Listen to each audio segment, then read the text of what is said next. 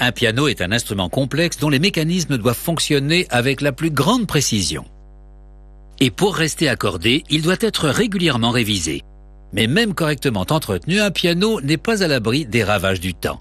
C'est pour cela qu'il faut parfois avoir recours à une équipe de spécialistes pour lui redonner tout son panache. Pour un pianiste, c'est un calvaire de devoir jouer sur un piano inaccordable dont toutes les touches collent et dont les pédales fonctionnent quand ça leur chante. Avec l'âge, même les instruments les plus brillants peuvent souffrir de ce genre de maladie. La seule solution est de faire appel à des spécialistes qui, ensemble, guériront tous ces maux.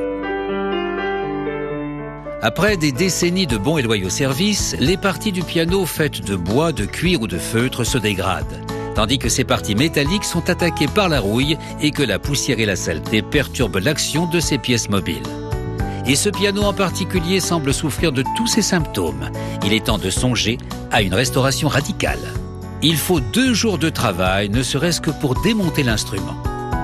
Cette partie, appelée la mécanique, est le cœur même du piano. Elle comporte des milliers de pièces, dont les 88 touches et les marteaux recouverts de feutre qu'elles actionnent. Derrière la mécanique se trouvent les étouffoirs. Ces pièces de feutre stoppent la vibration des cordes frappées pour finir la note. Ces pièces sont soigneusement déposées et rangées dans un ordre précis en attendant d'être rénovées. Afin que l'instrument puisse être correctement réassemblé, chacun de ses composants doit être retiré de façon méthodique. Le cadre du clavier est maintenant séparé du reste de la mécanique, une unité indépendante appelée sommier de mécanique.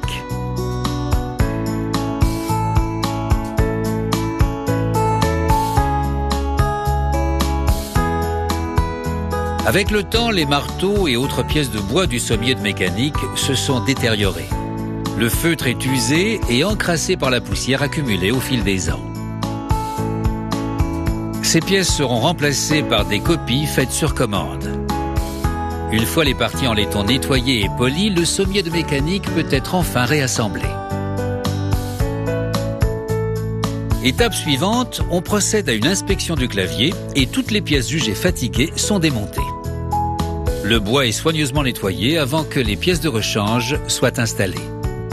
Les touches noires sont faites d'ébène. Elles peuvent être rénovées et polies jusqu'à sembler comme neuves. Les touches blanches, les plus anciennes, sont recouvertes d'ivoire. Celui-ci sera remplacé par sa version moderne, un produit synthétique à base d'acrylique. Les cordes d'acier et de cuivre du piano, elles aussi, sont susceptibles de rouiller, de perdre de leur brillance et de s'user.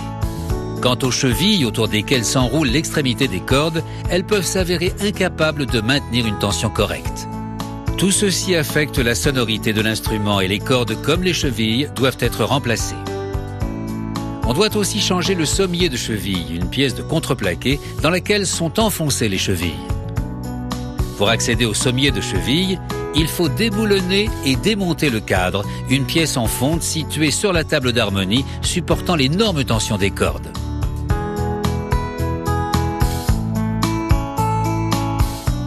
Le cadre en fonte va s'offrir une nouvelle jeunesse.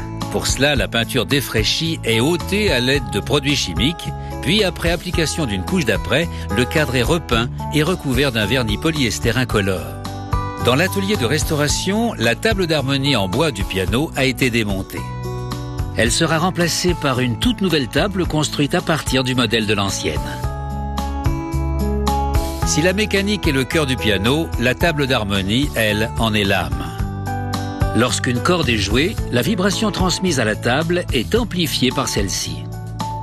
Sur chaque table d'harmonie, les cordes guidées par des chevilles passent sur une pièce de bois, le chevalet, dont la hauteur et la position sont primordiales pour la qualité du son. Après en avoir ôté les chevilles, l'ancien chevalet est utilisé comme modèle pour en fabriquer un nouveau.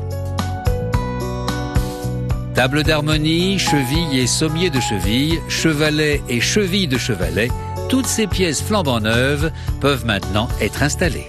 Et une fois le cadre en fonte rénové mis en place, l'équipe peut passer à l'étape suivante, redonner à l'instrument l'éclat du neuf. Pour commencer, on décape l'ancienne peinture à l'aide d'un produit chimique. Avec le temps, la peinture peut s'écailler et le vernis s'assombrir. Ainsi, l'exposition à la lumière directe du soleil peut faire faner le brillant de l'instrument. L'air trop sec est, lui, source de craquelure. Et l'eau peut aussi laisser des traces sur le vernis. Une fois que les divers panneaux du corps du piano, le meuble, ont été poncés jusqu'au bois nu et que toutes les imperfections ont disparu, on peut appliquer une teinture à l'aniline. Cette teinture pénétrera profondément dans le plaquage et fera ressortir le grain du bois. Plusieurs couches de laque protectrice incolore sont ensuite appliquées. Comme à l'origine, l'instrument était noir, après le ponçage et l'application de teinture, le piano sera à nouveau peint en noir. Plusieurs couches de peinture sont appliquées successivement. On laisse à chacune d'elles une nuit pour sécher avant de la poncer et de passer la couche suivante. Après la couche finale, on laisse le piano sécher pendant 2 semaines avant de procéder à un dernier ponçage. Pour donner à la surface un fini brillant et profond, on utilise une polisseuse à haute vitesse qui appliquera toute une gamme de pâtes à polir de plus en plus fines. C'est un travail minutieux et de longue haleine et la finition d'un piano de concert comme celui-ci peut prendre jusqu'à 3 jours. Une fois que les 20 éléments constituant le meuble ont été rénovés, le réassemblage du piano peut continuer, en commençant par la pose de nouvelles cordes. L'extrémité en forme de boucle de chaque corde est attachée à une cheville située à l'extrémité du cadran fonte. La corde passe ensuite sur le chevalet avant d'être enroulée autour de la cheville d'accordage. Le port de gants est fortement recommandé lors de l'opération. En effet, les huiles naturelles et la sueur à la surface de la peau peuvent ternir l'acier et le cuivre des cordes.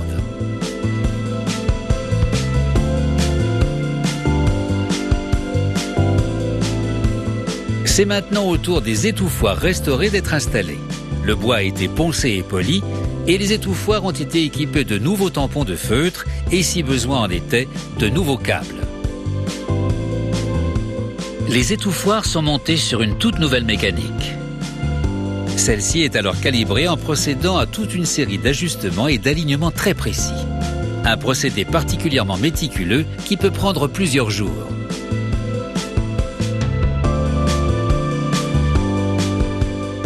Mais ce n'est rien comparé au temps nécessaire au réglage bien plus complexe de la mécanique elle-même. Cette opération peut prendre plusieurs semaines. Plus d'une douzaine d'ajustements très précis sont nécessaires pour chacune des 88 touches. Une fois la mécanique installée, les blocs sont mis en place pour maintenir le clavier. Ce sont les blocs originaux. Ils ont été décapés, poncés puis teintés. Ces blocs servent à aligner le clavier afin que les marteaux frappent les cordes au bon endroit.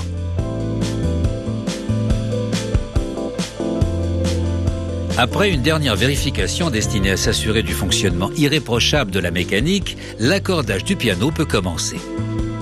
Une bande de tissu de laine épaisse est placée sur les cordes afin de les assourdir de façon à ce qu'on n'entende que la note en cours d'accordage.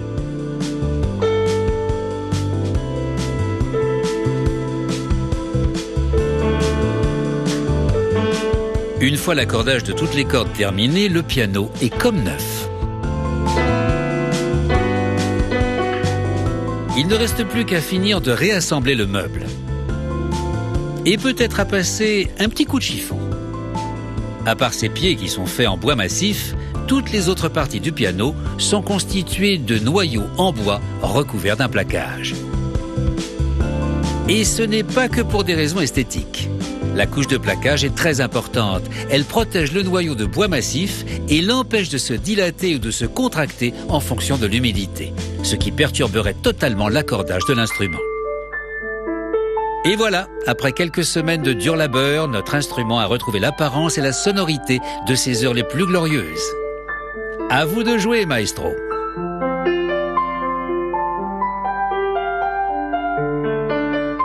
Et c'est sur ces quelques notes que je vais vous laisser. Mais je serai bientôt de retour pour un prochain épisode de Comment c'est fait.